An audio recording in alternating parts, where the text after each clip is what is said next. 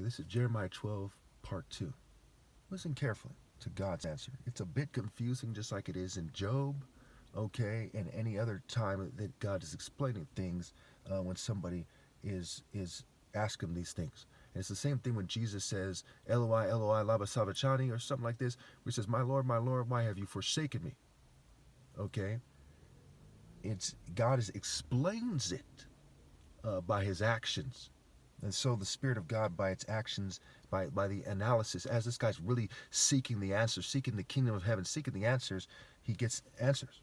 Okay. God's answer. If you race with men on foot and they have worn you out, how can you compete with horses?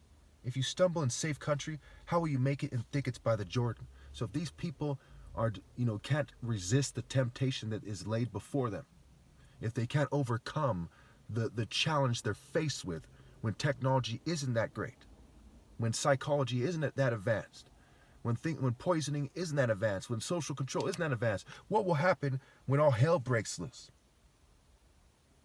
What will happen to their offspring?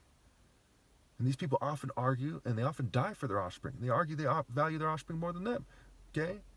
More than themselves. So what's going to happen to them and their offspring? Your relatives, members of your own family, even they have betrayed you. They have betrayed you. They have raised a loud cry against you. Do not trust them.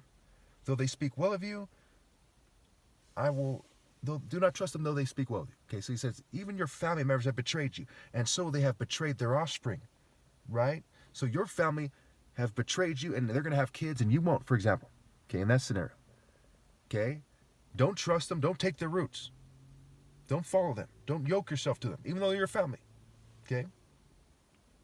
It's making it kind of hard to speak, so. Okay. I will forsake my house, abandon my inheritance. I will give the one I love into the hands of her enemies. Now, this is a formula. He says, I'm going to give them a little bit here, a little bit there, and eventually the kingdom of heaven is taken away from all of them. Because remember, a lot of people make the mistake that Jesus is talking just to the Pharisees. No. He said, all of you, no servant can be greater. And what happened to the disciples? They died without having kids. Okay? Oh, ye men of little faith. Isaiah 57. The righteous are taken away. So as the righteous are taken away and the kingdom of heaven is going to be taken away from them, what Jews would there be left to kind of lead for the kingdom of heaven on the earth? None. Right? Because those who obey Christ are gone.